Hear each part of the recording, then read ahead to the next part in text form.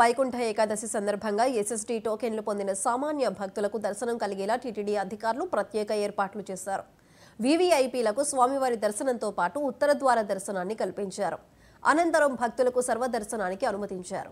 భక్తులకు ఆలస్యం కలగకుండా శ్రీవారి దర్శన భాగ్యం కలిగేలా చేస్తున్నట్లు TTD chairman Bhumana Karunakar Reddy, EO Dharma Reddy మీడియాకు చెప్పారు.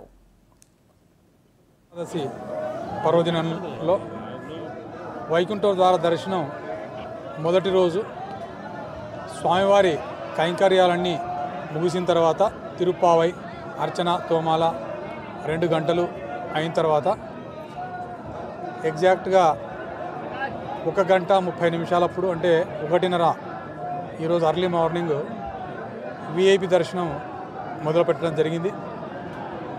విఐపి టోకన్స్ కరెక్ట్గా 4008 ఇవ్వటం జరిగింది. 4008 విఐపి టోకన్స్లో 3850 వరకు మాత్రమే కొనుగోలు చేశారు. మిగతా 150 టికెట్లు కొనుగోలు చేయలేదు. ఈ విఐపి స్లాట్ 1:30కు 1:45 మొదలైంది. 1:45 మొదలై 5:15కు క్లోజ్ అయింది. ఎస్ఎస్డి ఎస్ఈడి స్లాట్స్ 2 కూడా 6 AM ఇచ్చాము మేము. కానీ 45 నిమిషాల ముందే వాళ్లకు ఇచ్చినటువంటి స్లాట్కు దాదాపు 45 నిమిషాల ముందు ఎస్ఎస్డిని ఎస్ఈడిని వదలడం జరిగింది. 6 గంటలకు ఉన్నటువంటి స్లాట్ 45 నిమిషాల ముందు వదిలాము.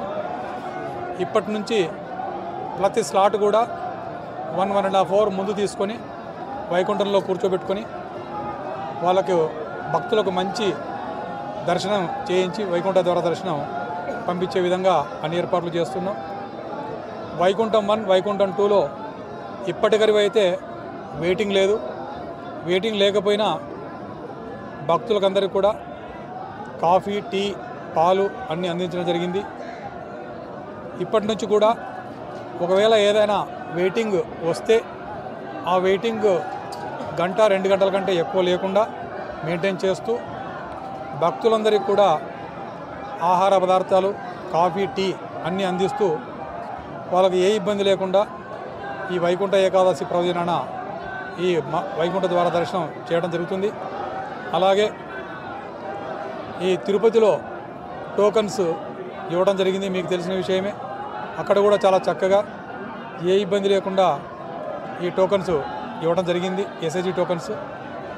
ఈ ఎస్ఎస్డి టోకన్స్, ఎస్ఈడి టోకన్స్ కలిపి ప్రతిరోజు 70 నుంచి 75 వేలు ప్రతి రోజును బట్టి స్వామివారి కైంకర్యాలను బట్టి దర్శనం చేయించడం జరుగుతుంది.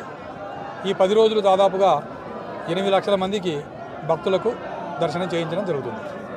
పరమ పవిత్రమైన వైకుంఠ ఏకాదశి శుభ సందర్భంగా టీటీడీ అత్యద్భుతమైనటువంటి ఏర్పాట్లు నిర్వహించింది. భక్తులందరూ కూడా చాలా సంతృప్తితో భగవంతుడిని దర్శనం చేసుకొని వైకుంఠ ద్వారం గుండా బయటికి వస్తూ తమ ఆనందాన్ని వ్యక్తపరుస్తున్నారు.